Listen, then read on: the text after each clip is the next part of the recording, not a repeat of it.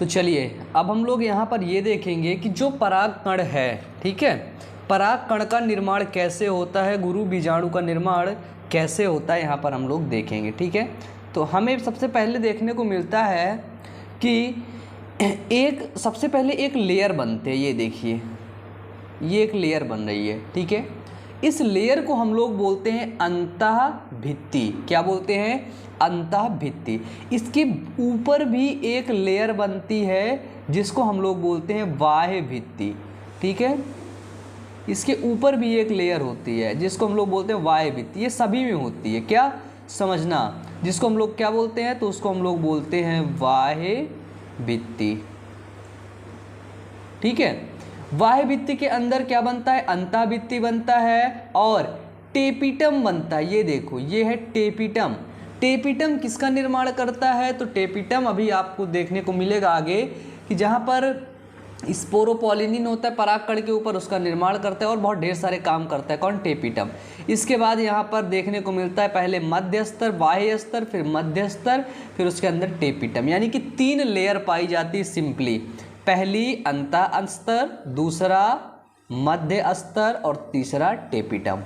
ठीक है, ये किससे बना होता है अगर पूछा जाए तो, है ना, ये किनसे बनता है?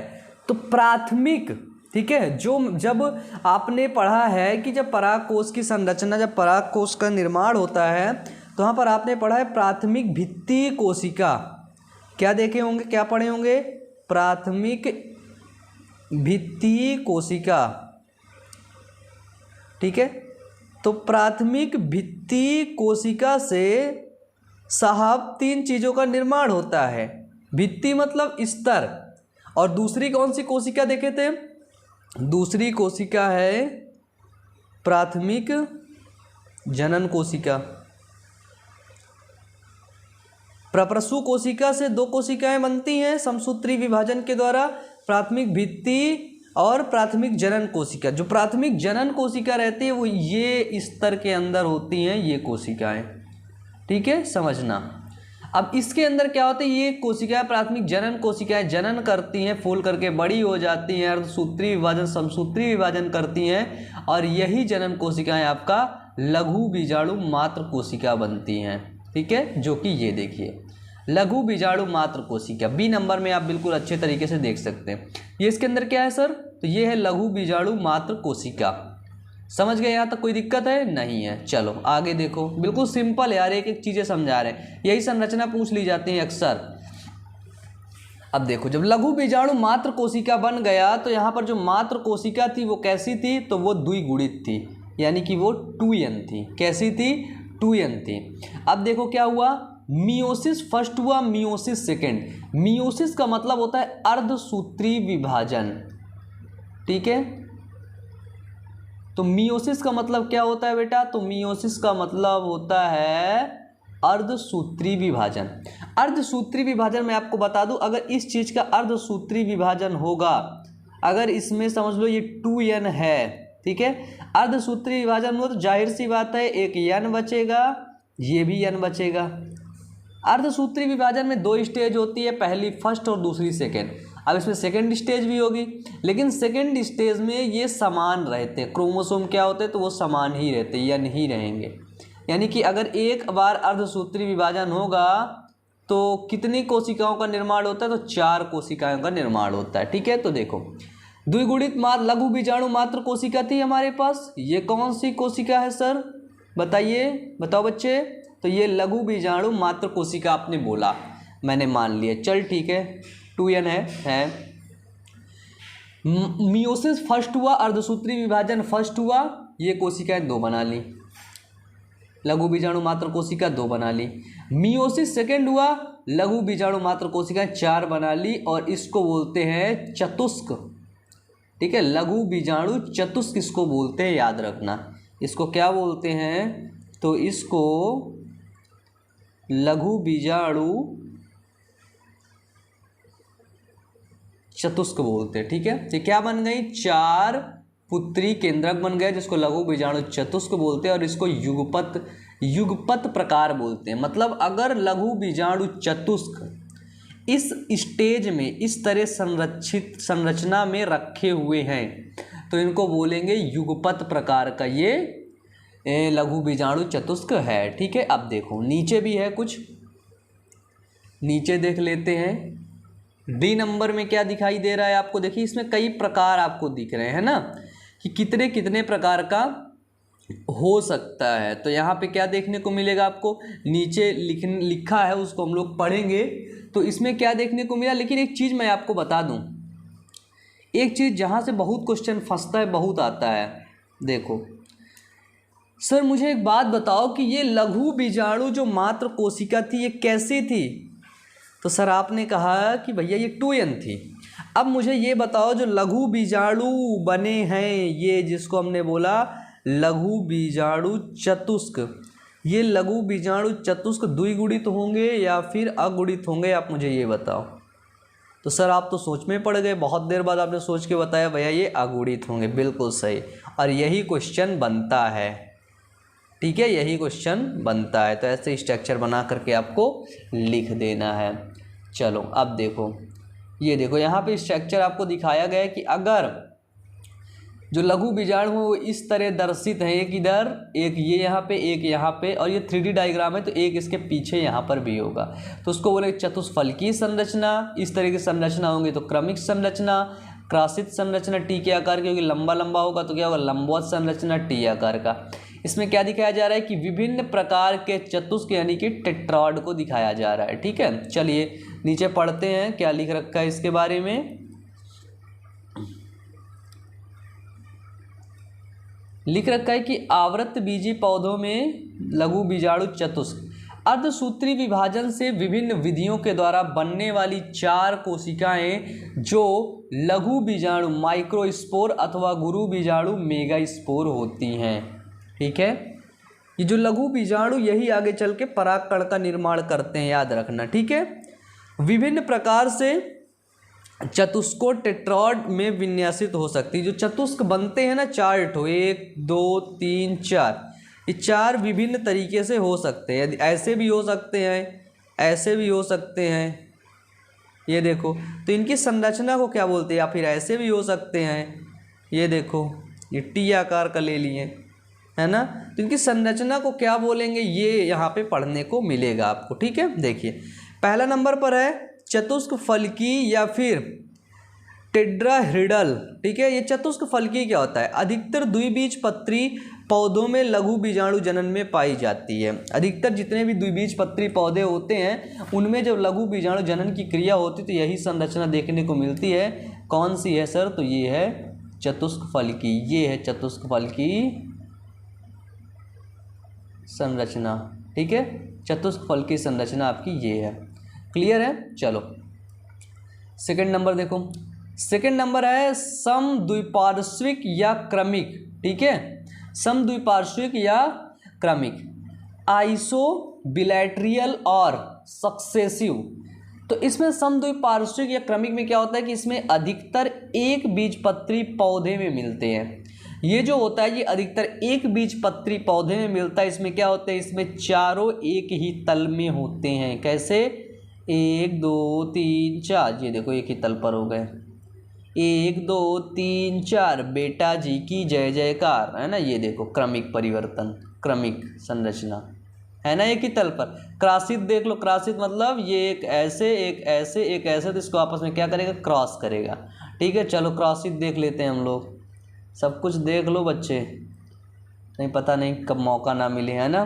क्रासित यानी कि डिक्यूजेट, जिसके 2 बीजाणु एक दूसरे से 90 अंश का कोण बनाते हैं। एक दूसरे से क्या करते हैं, देखो 2 बीजाणु हैं, ये क्या किया, 90 अंश का कोण बना लिया, सीधे 90 अंश का कोण बनाते हैं, उसे बोलते हैं क्लासिक संरचना है। ठीक है, एग्जाम्पल है मैग्नोलिया आदि में मिलती है। ये जो देखने को संरचना मिलती है ये मैग्नोलिया में मिलती है। ठीक है, चलिए 5वां नंबर है लाइनर यानी कि लंबवत। लंबवत में क्या होता है कि लंबवत में सभी बीजाणु एक सीधी रेखा में होते हैं।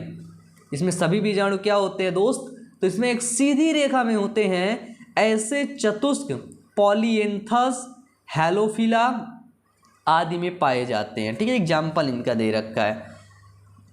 गुरु बीजाणु जनन के समय अधिकतर आवृतबीजी पौधों में ये बनते हैं, ये देखने को यहाँ पे मिलता है। ठीक है, चलिए 5वां नंबर क्या है, टी आकार, टी शेप्ड जिसको बोलते हैं, क्या बोलते हैं सर, टी आकार, टी शेप्ड। ठीक है, तो टी आकार के चतुष्क में 2 बीजाणु अनुप्रस्थ रूप से और 2 लंबवत लगे रहते हैं। ठीक है, टी आकार में क्या देखने को मिलता है कि टी आकार के चतुष्क में 2 बीजाणु अनुप्रस्थ लगे होते हैं और 2 लंबवत लगे होते हैं। इस प्रकार के चतुष्क एरिस्टोलोकिया में मिलते हैं। गुरु बीजाणु जनन के समय अनेक पौधे में ये देखने को मिलते हैं। टी आकार कैसे, 1 2 3 4 टी आकार हो गया। देखो स्ट्रक्चर भी यहाँ पर है भाई, देख लो, तुम लोगों को लगे ना कि मैं गलत बता दिया। ये देखो 1 2 3 4। मुझे ये बताइए जो गिनवा दिया रेड रेड इसको कलर कर दिया, ये क्या है, ये बता सकते हो, भूल गए? अबे गधे, यही तो है मेगा स्पोर, माइक्रो स्पोर या मेगा स्पोर। माइक्रो स्पोर बोले तो क्या, माइक्रो स्पोर बोले तो यही तो लघु बीजाणु है। यही लघु बीजाणु आगे चल के क्या बनाएगा, आगे चल के परागकण बनाएगा। यही लघु बीजाणु बनाएगा, और तुम्हारे चाचा नहीं बनाने आएंगे, तुम्हारे चाचा जी आके बना जाएंगे, समझ गए? यही लघु बीजाणु आगे जा कर के पॉलिन ग्रेन्स परागकण का निर्माण करेगा सर। ठीक है, चलो आ जाओ, अब देखो आगे देखते हैं। वाह भाई साहब, ये क्वेश्चन आग लगा दे पानी में, है ना, यही क्वेश्चन है। और ये इम्पोर्टेंट कितना देख लो, 2019, 2018 बेटा, 2017, 2015, यार भाई साहब हर जगह घुसा देता है।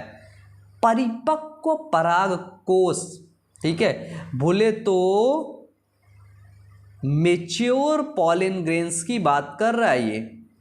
ठीक है, परिपक्व परागकोश की अनुप्रस्थ काट का केवल नामांकित चित्र बनाइए। देख लो, ऐसे पूछ लेगा, क्वेश्चन घुमाएगा। अपरिपक्व परागकोश मतलब भाई जब परागकोश ऐसे बन जाता है तो ये हुआ परिपक्व। अब ऐसे छोटा रख दो, ये है अपरिपक्व। अपरिपक्व परागकोश की अनुप्रस्थ काट का नामांकित चित्र बनाइए। आवृतबीजी पौधे के एक परिपक्व परागकोश के अनुप्रस्थ काट का नामांकित चित्र बनाइए। मतलब भाई तू कितना घुमा ले, लेकिन क्वेश्चन में वही है कि भाई परागकोश का अनुप्रस्थ काट का चित्र बनाना है। ठीक है, लेकिन अगर बोर्ड एग्जाम में तुम घुमा भी देते हो तो एग्जामिनर को भी जाता, एग्जामिनर को अगर अपने हिसाब से अच्छे तरीके से चकमा दे दो ना तो इतना समझ नहीं पाता है वो। ठीक है, चलो ये हमारे पास क्या देखने को मिला है, बी नंबर क्वेश्चन है, बी नंबर दिख रहा है। यहाँ पे देखो, ये नीचे वाला भाग अगर देखा जाए तो ये क्या, सबसे पहले तो हमें पता चल गया ये जो फ्लावर होता है किसका, ये जो हमें संरचना दिख रही है ये फ्लावर का मेल रिप्रोडक्टिव पार्ट है। ठीक है, तो ये क्या है, ये फ्लावर का मेल रिप्रोडक्टिव पार्ट होता है। ठीक है, फ्लावर के मेल रिप्रोडक्टिव पार्ट को एंड्रोसियम या एंथर ये जो है, ठीक है, इसको स्टेमेन बोलेंगे। ठीक है, क्या बोलेंगे, स्टेमेन। स्टेमेन, स्टेमेन के मुख्यतः दो भाग होते हैं, एक होता है फिलामेंट और दूसरा होता है एंथर। तो ये जो यहाँ पे दिख रहा है ये एंथर है। एंथर बोले तो हिंदी से बोलते हैं पराग कोश। ठीक है, ये पराग कोश है। फिलामेंट क्या है तो सर, तो ये जो ये जोड़ दिया इसमें, ये फिलामेंट है। फिलामेंट अगर हिंदी से बोलेंगे तो ये है पुतंतु। ठीक है, पुतंतु है। अब देखो पराग कोश की भाई अनुप्रस्थ काट हमने काट लिया है, ये देखो ये अनुप्रस्थ काट है। यहाँ पे देखने को मिला ये परागपुट है। अगर इनको बोला जाए परागपुट, अगर इनको लघु बीजाणु धानी भी इनको बोलते हैं, है ना, जिनके अंदर लघु बीजाणु रहते हैं उनको लघु बीजाणु धानी भी बोलते हैं। ठीक है, लघु बीजाणु धानी की संरचना आपको पता है, सबसे पहले क्या होती है, तो सबसे पहले होती है बाह्य परत। ठीक है, बाह्य परत के बाद क्या होती है, बाह्य परत के बाद होती है मध्य परत। ठीक है, मध्य परत। मध्य परत के बाद क्या होती है, तो वो होती है टेपिटम, ठीक है, वो होती है टेपिटम। यहाँ पे लेकिन आपको जो देखने को मिलेगा, यहाँ पर और भी एक परत और बाहर पाई जाती है जो बाह्य परत है। देखिएगा सबसे शुरू में आपका यहाँ पर रिकॉल हुआ था अंतःभित्ति, है ना, एक मध्य भित्ति, एक टेपिटम, ठीक है, अंतः, मध्य और टेपिटम। तो यहाँ पे आप लोगों को देखने को मिल रहा होगा कि ये परागकण देखो निकल रहे हैं। क्या निकल रहे हैं, ये परागकण है निकल रहे हैं, ठीक है। अब देखो, अब हम इसके अंदर भी देखेंगे, ऐसा तो है नहीं इसको छोड़ देंगे। ये यार इसमें सब कुछ तो दिखाया गया है भाई। चलो, अनुप्रस्थ काट है किसकी, पराग कोष की, है ना, एंथर की। देखो सबसे पहले एंथर के सबसे बाहर ये देखो एक काली कलर की एक दीवार दिख रही है, आपको दिख रही कि नहीं, बताओ, बताइए सर, दिख रही कि नहीं दीवार। तो सर इस दीवार को, ये जो दीवार है, इस दीवार को ही हम बाह्य त्वचा बोलते हैं। क्या बोलते हैं, इस दीवार को बाह्य त्वचा बोलते हैं, एपिडर्मिस बोलते हैं, है ना, एपिडर्मिस इस त्वचा को बोलते हैं बाह्य त्वचा। बाह्य त्वचा के बाद अगर आप अंदर घुसेंगे तो क्या होगी, अंतः त्वचा होगी। ये वाली त्वचा क्या होगी, आपको बताया अभी मैंने, ये त्वचा होगी अंतः त्वचा। अंतः त्वचा के बाद और थोड़ा सा अंदर जाएंगे तो ये त्वचा क्या होगी, तो ये त्वचा होगी मध्य त्वचा या मध्य परत। और मध्य परत के और थोड़ा सा अंदर जाएंगे लघु बीजाणुधानी के मतलब बिचवा में, तो वो होगी टेपिटम, ठीक है। यहाँ पे एक आपको संवहन पुल देखने को मिलता है, ठीक है। ये 4 लघु बीजाणुधानी आपको देखने को मिलते हैं, ये देखिए। इसके बाहर ऊतक होते हैं, कोशिकाएं होती हैं, प्राथमिक भित्ति कोशिका जो होती है उसी की सब कोशिकाएं लगी होती हैं, ठीक है। इनको बोलते हैं हिंदी में परागपुट, ठीक है। अगर बोला जाए भाई परागपुट क्या होता है, बता दे बेटा, बता दे परागपुट क्या होता है, तो तुम तुरंत हंसते हुए, खेलते हुए, उछलते कूदते हुए बता दो कि परागपुट सर ये होता है, ठीक है। चलो, अब इसके बाद यहाँ पे क्या देखने को मिला, यहाँ पे देखो टेपिटम देखने को मिला, एंडोथीसियम देखने को मिला, और यहाँ पे ओस्ट कोशिकाएं देखने को मिल गई, ठीक है। क्लियर है, यहाँ पे समझ में आया। इतना चित्र बना सकते हो कि नहीं, बताओ। इतना तो यार 9th में पढ़ने वाला ये जो कटकोड़वा है ना, ये बना के ये बना दे, है ना। तुम नहीं बना सकते यार बेटा, चुल्लू भर पानी को पी जाओ तुम।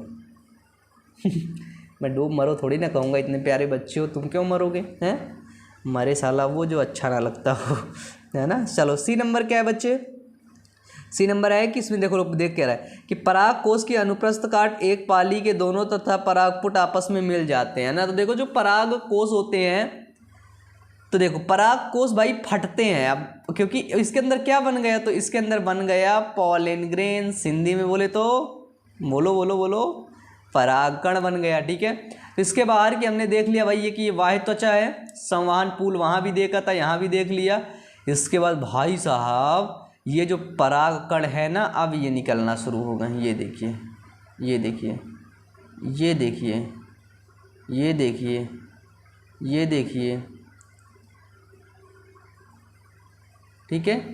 तो ये परागकण है और ये निकलना आपके शुरू हो गए हैं, ठीक है।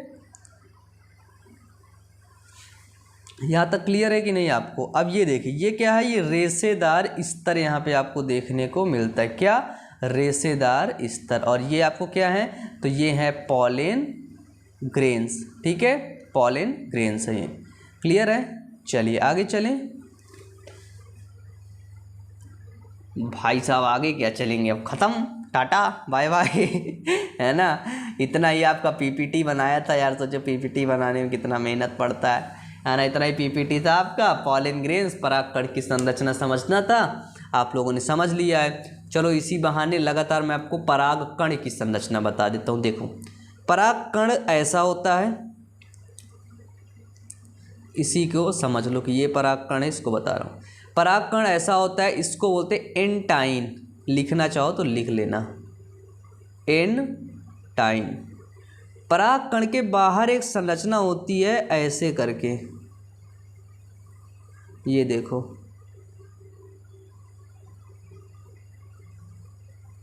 ये देखो, ये जो संरचना होती है इसको बोलते हैं एग्जाइन। ठीक है, जो सर एंटाइन होता है वो पेक्टो सेलुलोज का बना होता है। बताओ भाई किसका बना होता है? तो वो पेक्टो सेलुलोज का बना होता है। जो एंटाइन होता है वो स्पोरोपोलिनिन का बना होता है, स्पोरोपोलिनिन। और आपको बता दें कि ये प्लांट किंगडम में सबसे हार्डेस्ट पार्ट होता है। पूरे प्लांट किंगडम की बात कर रहा हूँ मैं, ठीक है। प्लांट किंगडम में हार्डेस्ट पार्ट, ठीक है। पूरे प्लांट किंगडम में अगर पूछा जाए कि सबसे ज़्यादा हार्डेस्ट पार्ट कौन होता है, तो सर वो होता है स्पोरोपोलिनिन, जिसे बोलते हैं एग्जाइन। ठीक है, बाहर वाले भाग को क्या बोलेंगे? तो बाहर वाले भाग को बोलेंगे एग्जाइन और अंदर वाले भाग को बोलेंगे एंटाइन, ये वाले भाग को। ठीक है, इसके बीच में ये उभार देख रहे हो भाई, ये उभार क्या होता है? तो इस उभार को बोलते हैं जर्मपोर। जर्मपोर हिंदी में बोलेंगे जनन छिद्र। जर्मपोर यानी कि जनन छिद्र। अब देखो इसके अंदर पराग कण कैसी संरचना है अगर पूछ लिया जाए तो बोल देना, चिल्ला के बोल देना कि जो पराग कण है, पराग कण वो द्विकोशिकीय संरचना है। ठीक है, कैसी संरचना है बेटा? तो दो कोशिकीय संरचना है। कैसे देखना, इसके अंदर दो कोशिकाएं, एक कोशिका ये, ओ माय गॉड, एक कोशिका ये। इस ऊपर वाली कोशिका को बोलते हैं वेजेटेटिव सेल। वेजेटेटिव बोले तो हिंदी में लिख लेना वर्धी कोशिका। कौन सी कोशिका बच्चे? वर्धी कोशिका। और इस नीचे वाली कोशिका को बोलते हैं जनन कोशिका।